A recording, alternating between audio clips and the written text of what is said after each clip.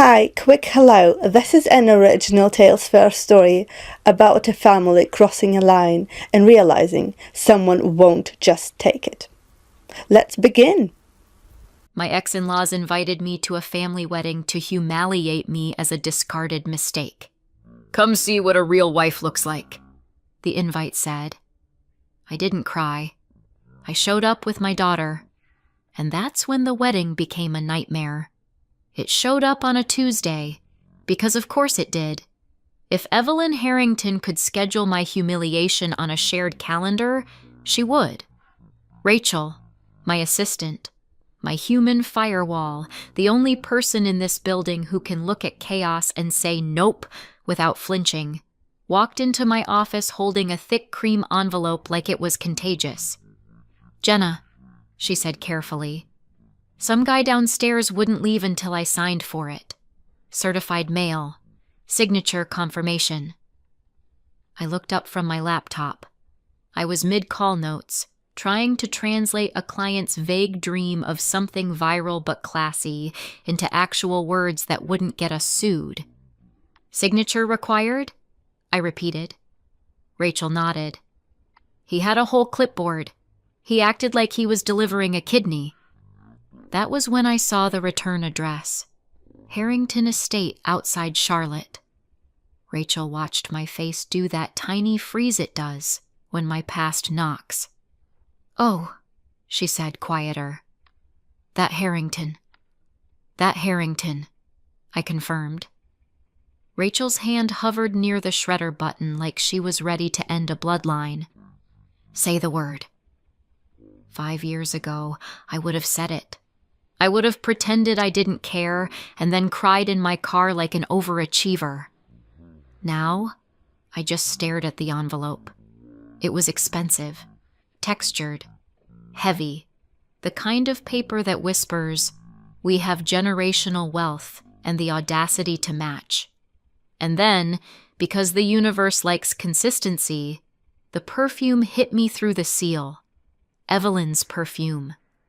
It didn't smell like flowers. It smelled like control. Rachel leaned in. "Do you want me to open it? Like, with gloves?" "No," I said. "If they're going to insult me, I want the full sensory experience." I slid my finger under the seal and opened it. The invitation inside was absurd. Gold foil, letterpress, a watercolor illustration of the Harrington estate like the venue was the real bride. "Preston Harrington and Catherine Monroe request the honor of your presence." For half a second, my brain tried to do the old trick. Pretend this was normal. Pretend I was just a guest. Pretend time hadn't happened. Then I saw the smaller card tucked behind the invitation. Not printed. Handwritten. Evelyn's handwriting was elegant in the way a knife can be elegant. I read it once, then again, because I wanted to be sure my eyes weren't exaggerating. "Come see what a real wife looks like." Rachel made a sound somewhere between a gasp and a growl. "Oh my God." My stomach did that familiar twist, the one that used to pull me into a smaller version of myself. And then it stopped. Not because it didn't hurt, because I wasn't that woman anymore. Evelyn hadn't sent this because she wanted me at the wedding. She sent it because she wanted me at home, imagining it. Sitting alone, picturing Preston under fairy lights, marrying a woman Evelyn approved of, while I stayed the shameful footnote. Rachel said, "You don't have to go." "I know," I replied. She waited for me to say I'd toss it. Instead, I opened the RSVP link on my phone and clicked accept. Rachel's eyebrows jumped. "Jenna, I'm going," I said, calm. Rachel blinked like she'd misheard. "Why would you do that to yourself?" I looked at her. Then I said the sentence that changed everything. "And I'm bringing Lily." Rachel's mouth fell open. "Your daughter." "My 5-year-old daughter," I confirmed. Rachel stared at me, then at the envelope. then back at me. So, we're not going to sit quietly near the bathroom and pretend we don't exist. I smiled, sharp.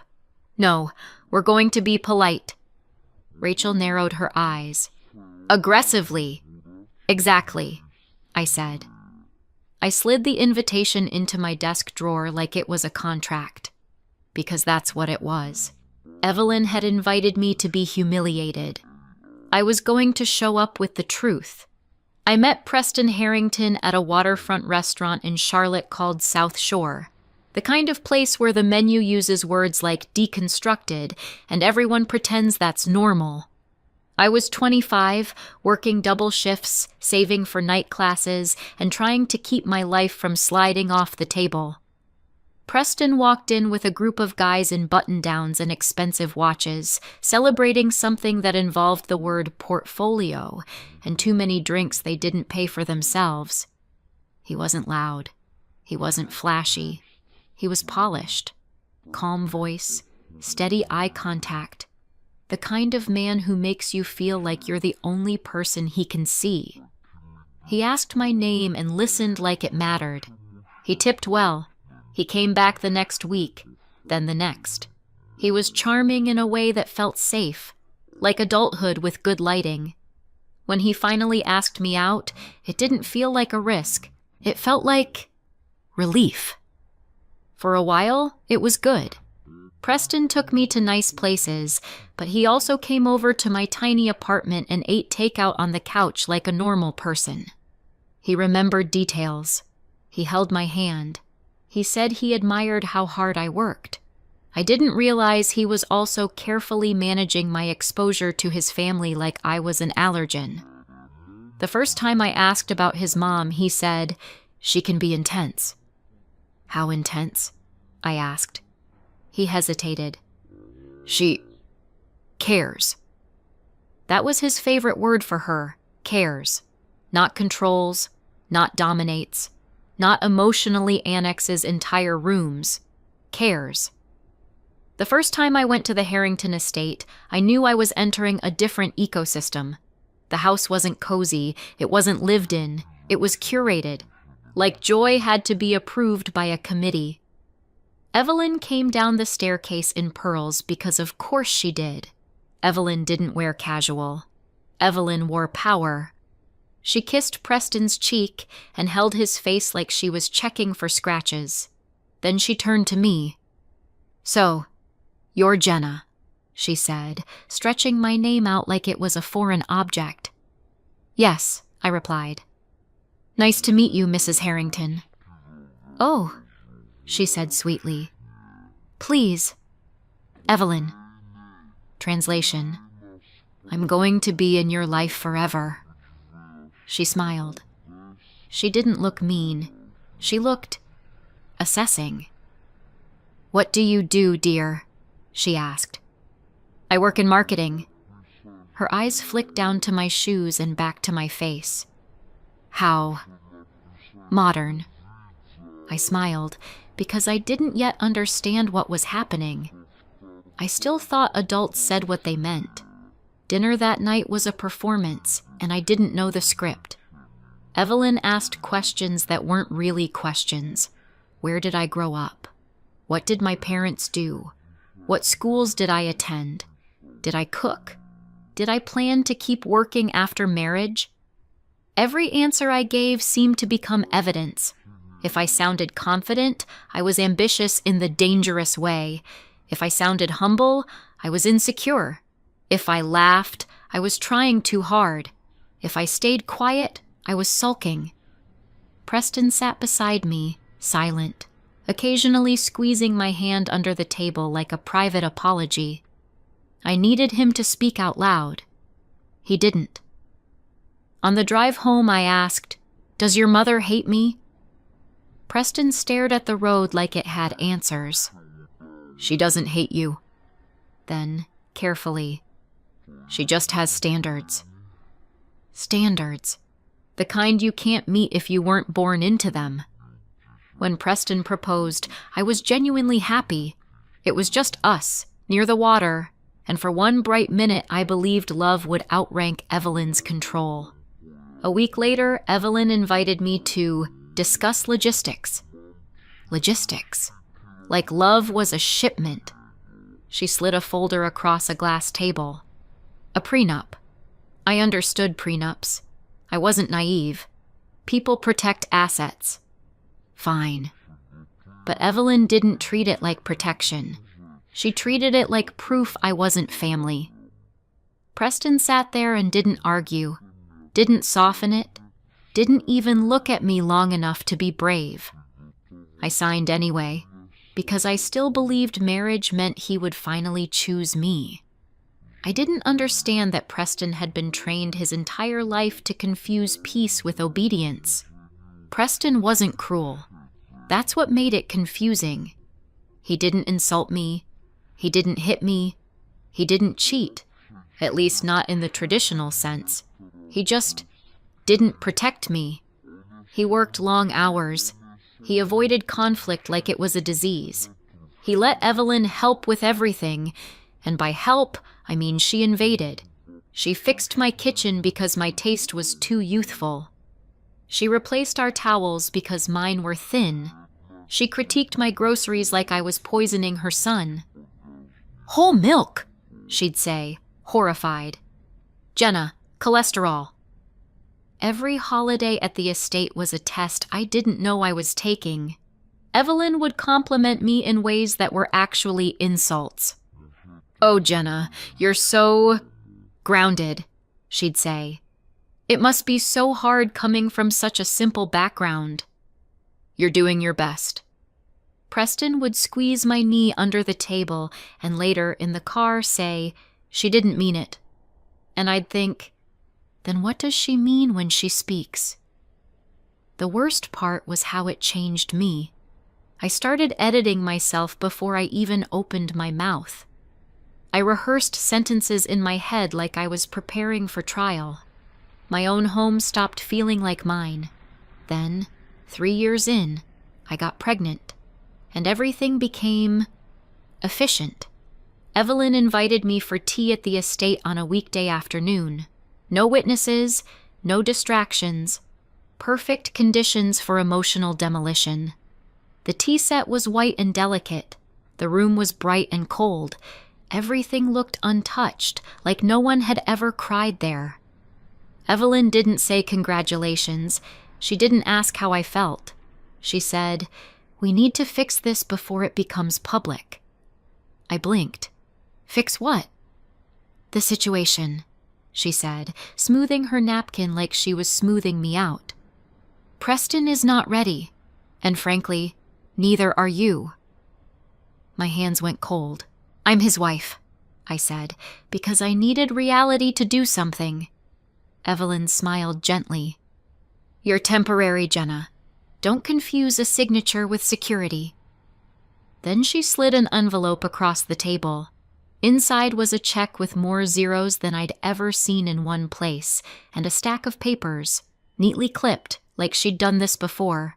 A marital settlement agreement, a non-disclosure agreement, a clean exit.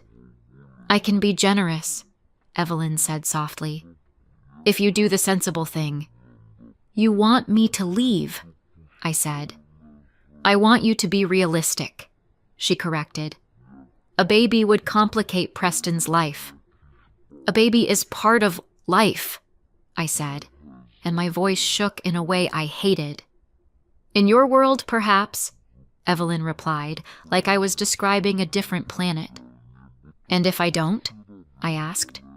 Her eyes didn't change, but the air did. "If you don't," she said, "you'll walk away with nothing, and you'll still lose." I left that house shaking. That night I told Preston I was pregnant. For one breath, something flickered in his face, shock, joy trying to fight through fear. Then I told him what his mother did. I waited for him to explode. I waited for him to finally choose me. Preston rubbed his forehead and said, "Maybe she's just trying to protect me." Protect him from his own child, from his own wife. from me. That sentence didn't just hurt. It clarified everything. 2 weeks later, divorce papers arrived through attorneys, like my marriage was a business deal that had gone out of warranty. Preston didn't call. He didn't come. He didn't fight. It became an uncontested divorce in family court. Short hearing, board clerk, a judge who asked if I understood what I was signing. I understood perfectly. I was signing myself out of a cage. Before my 3rd trimester, I moved to a small mountain town where no one knew the Harrington name. I gave birth in a beige county hospital with a nurse who squeezed my hand and said, "Honey, you're gonna be okay," like she'd said it 1,000 times. I named my daughter Lily because I needed something in my life that grew without permission. The first year was survival. Diapers, night feeds, panic math, coffee that tasted like regret. I freelanced from a laptop balanced on my knees. Copywriting, social media, branding decks, anything that paid fast and didn't require childcare I couldn't afford. There were nights I cried quietly into a towel so I wouldn't wake Lily. There were mornings I stared at the fridge and tried to convince myself that peanut butter counts as a meal, and then, because the universe has a weird sense of humor, I got good. Really good. I stopped writing cute captions and started building strategies. I learned how to make small businesses look like brands, how to make people click, buy, sign up, show up. It turns out when you've spent 3 years reading A Room for Danger, you get excellent at reading audiences. A boutique in Raleigh hired me. Their sales jumped. They told a friend. A friend told a founder. A founder called me and said, "I heard you're the one." By the time Lily was 3, I moved back to Charlotte. Not to chase ghosts, but because business was there. I rented a modest office, hired Rachel, and built a small agency that grew faster than my sleep schedule. Lily grew too, into a tiny person with glitter shoes and blunt honesty. At 5, she could negotiate for dessert like a tiny attorney and stare at rude adults like they were confusing. So when the Harrington invitation arrived, I didn't panic. I didn't cry. I thought, Evelyn really believes I'm still the woman she broke. Then I RSVP'd. Yes. I told Lily we were going to a party. Her eyes lit up. Will there be cake? There will be cake, I promised, because I am not a monster. The night before the wedding, I laid out our outfits. Mine. Deep emerald, tailored, clean lines. Not flashy, not desperate. Just undeniable. Lily's dress matched, because subtlety is optional when someone invites you as a punchline. She watched me hold it up. "Mommy, why are we dressing fancy?" I brushed hair off her forehead. "Because sometimes people need to see you standing up." She considered that seriously, then pointed at her shoe shelf. "Glitter shoes?" "Absolutely," I said. "We'll be polite. Aggressively." I packed snacks, wipes, a backup sweater. Motherhood is basically disaster preparedness with better mascara. Then I looked at myself in the mirror and thought about Preston. 5 years is a long time to ignore the existence of your child. I didn't want revenge. I wanted the truth to have good lighting and a front row seat. That Saturday, the Harrington wedding was held at the estate outside Charlotte, the kind of place where the driveway has a name and the mailbox looks like it votes. White chairs lined the lawn, flowers everywhere, a string quartet playing music that sounded like expensive sadness. There were valet attendants, champagne stations, and a coordinator with a tablet who looked like she'd seen every kind of chaos. Just not mine. We walked in, Lily's hand in mine, and I kept my face calm. Because here's the thing, the richest people in the room can smell fear like blood in water. A coordinator rushed up. "Hi, welcome. Name?" "Jenna Lewis," I said. Her fingers flew over the tablet. Her smile glitched. Oh, she said too loudly. Yes, you're here. Then quietly, like she was confessing, Table 17. I leaned toward the seating chart. Table 17 was near the kitchen doors, close enough to the restroom that you could hear the hand dryer. Classic Evelyn. Bury the embarrassment near the plumbing. Lily looked up at me. Where do we sit? With family, I said. The coordinator blinked. Family seating is reserved. Correct, I said, and walked past her. I took Lily straight to the front row, where little plaques read Harrington family, and sat down like it was the most natural thing in the world. The air changed. You could feel the wedding freeze mid-breath. Heads turned. Whispers started like wind catching. Evelyn stood near the archway in navy silk and pearls, smile set like dried paint. The moment she saw Lily, her mouth opened, then closed. Then she inhaled sharply, like she'd just realized the fire reached the curtains.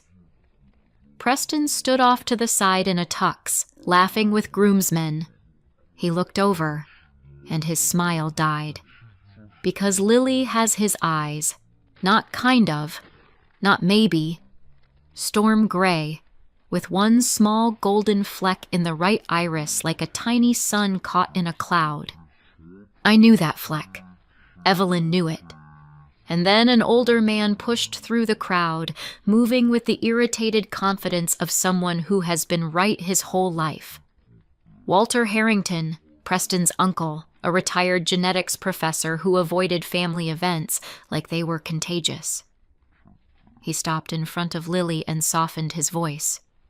Hello, sweetheart. What's your name? Lily, she said, calm as a queen. Walter's eyes flicked to mine.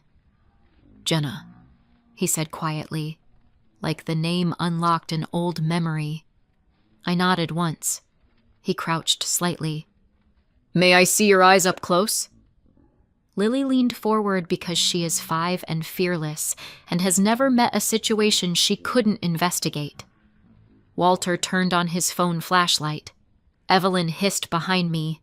Walter, don't you dare! Walter ignored her. He studied Lily's eye for maybe 2 seconds, then straightened and said, loud enough for half the wedding to hear, Well, that's the Harrington fleck. Silence. The kind where people stop blinking because blinking might mean they miss the scandal. Someone laughed nervously. Someone gasped. A bridesmaid whispered, Oh my God, like she'd been training for this moment. Walter continued, conversational, casually terrifying. Rare trait, he said. Preston has it. His father had it. I have it. He gestured toward Lily. And now, she does too. Evelyn went pale under expensive foundation. Preston looked like his brain was rebooting. And then the bride appeared. Catherine, Kate Monroe, stepped up in her gown, perfect veil, perfect smile, until she saw Lily, Preston's face, and Evelyn's panic. Kate stared at Lily, then at Preston. Her voice was calm, too calm. Preston, she said. Who is that child? Preston opened his mouth. No sound came out, because silence is easy when it protects you, not when it exposes you. Kate's eyes sharpened. Did you know? Preston swallowed. No, I didn't. Evelyn stepped forward, bright voice ready. Catherine, sweetheart, this is obviously some kind of... Kate turned to her slowly. You invited her, Kate said. Evelyn blinked. Excuse me? You invited Jenna, Kate repeated, louder now. You put her on the list. You brought her here. Evelyn tried to smile. We wanted to be gracious.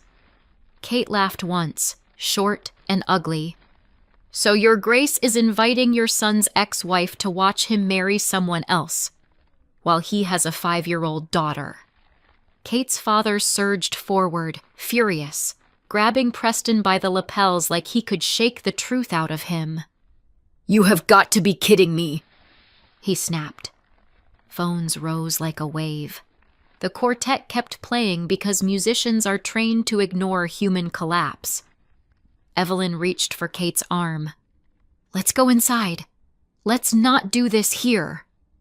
Kate yanked away. "No!" Her voice shook now. "You wanted an audience. Congratulations." Then she looked at me. And here's the part people don't expect. She wasn't angry at me. She was furious at the lie. She lifted her veil off and let it drop onto the grass like a surrendered flag. "I'm done," she said. And she walked away down the aisle alone, her dress catching petals and dirt. Preston didn't follow. He couldn't move. Evelyn stood frozen, watching her masterpiece burn.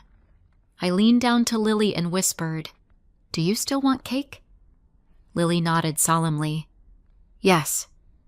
"Okay," I said. "We'll get cake somewhere else." I took her hand and walked out. No yelling, no speech, just truth, leaving quietly. Behind us, Evelyn's wedding became a nightmare. By the following Monday, the video was everywhere. Charlotte everywhere. TikTok clips with dramatic captions, Instagram stories, Facebook neighborhood groups pretending to be shocked while hitting refresh. I didn't post. I didn't comment. I had a business to run and a child who needed her routine more than she needed viral drama. Then Wednesday, Rachel walked into my office holding papers like they were contaminated. "You've been served," she said. Of course I had. A process server came downstairs, asked for me by full name, and handed me a petition like this was an episode of Law and Order, uptown. It wasn't some dramatic, terminate her rights nonsense. Real court isn't that theatrical. This was a petition to establish paternity and request custody and parenting time. Translation: we want access, and we're using the system to force it. They claimed I'd hidden Lily. They claimed I'd alienated Preston, which was impressive, considering Preston had done the disappearing all by himself. I called my attorney Andrew. He didn't gasp. He didn't lecture. He asked one question. "Do you have documentation?" I opened a drawer and pulled out a red folder. 2 years' worth, I said. "Good," Andrew replied. "Then we respond." A few weeks later, we were in family court. Family court is fluorescent lights, uncomfortable chairs, and people trying to sound reasonable while actively plotting. Preston sat with his lawyer looking stiff and exhausted, like the tuxedo had been replaced by regret.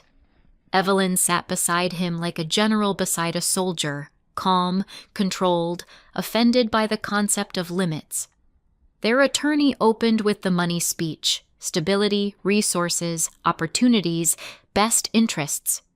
Then came the accusation. I withheld the child. I undermined the father's role. Andrew didn't argue emotionally. He argued structurally. First, he slid forward sworn declarations from former household staff, people who watched Evelyn up close and remembered everything. Housekeepers, a driver, a nanny, not friends, not people who hate her. Employees who were there, who heard the words, who saw the pressure.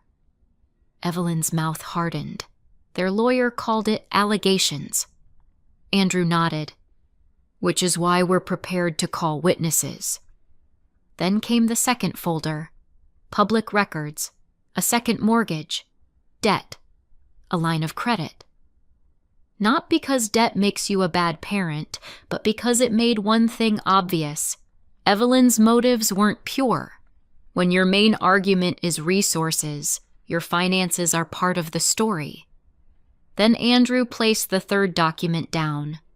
A trust created by Preston's late father, an education and health trust for future grandchildren, managed by a trustee, with certain distributions coordinated through the child's primary residential parent. Real American money doesn't sit in envelopes. It sits in legal structures. Evelyn didn't want Lily because she suddenly discovered grandma tenderness. She wanted Lily because Lily was leverage. The judge barely looked up, tired already. "We'll need a DNA test and temporary orders." Preston's lawyer wanted weekends immediately. Andrew said no. Lily didn't know him. We weren't treating her like a suitcase.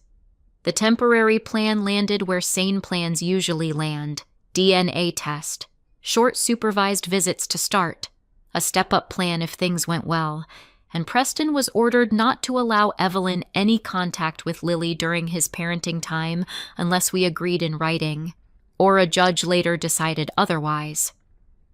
Evelyn stared like she'd been told gravity was mandatory. Welcome to reality. The lab looked like every medical office in America. Beige walls, laminated posters about hydration, a receptionist who'd seen everything. Lily thought it was hilarious. "They're taking my spit?" "Yes," I said. "Science."